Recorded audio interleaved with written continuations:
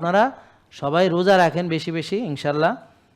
রোজা শেষ হলো রোজা রাখেন, দেখবেন ইনশাল্লাহ ওজন কমানো কোনো বিষয় না ভাই।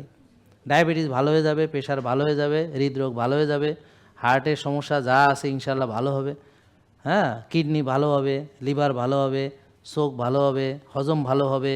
বুঝতে পারছেন? ইনশাল্লাহ ইনশাল্লাহ ইনশাল্লাহ আশা করতে হবে ভাই। শোনেন, হয়তো শয়তান আমাদেরকে হতাশা দিয়ে দিছে। শয়তান আমাদেরকে বলে কি আমরা নাকি ডায়াবেটিস থেকে ভালো হব না।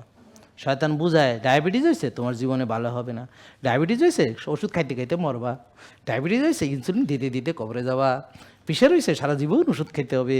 এভাবে শয়তান আমাকে বুঝাইছে। হতাশ করা হলো শয়তানের কাম।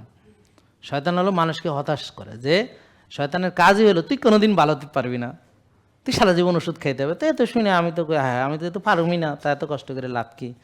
তাই জন্য আর আমি কষ্টই করলাম না, খাইলাম ভালো করে। তো মরেই তো যাবো কি গন, খাইয়া মরি নাকি?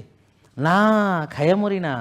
কারণ মরে যাবেন না ঠিক আছে, কিন্তু যদি আপনি প্যারালাইসিস হয়ে পচতে পচতে গলতে গলতে যদি থাকেন আর যদি না মরেন, এভাবে যদি 5টি বছর আপনি জীবিত থাকেন, তা আপনার জীবন শেষ হয়ে যাবে। পরে কোন যে আল্লাহ মৃত্যু দাও, আল্লাহ মৃত্যু দাও, আল্লাহ দেবে না। তো মরে গেলে ঝামেলা নেই। কিন্তু ক্যান্সার হইয়া ধুকতে আছে, ব্যথায় কষ্ট করতে আছে, মরফিন কেনার টাকা নাই,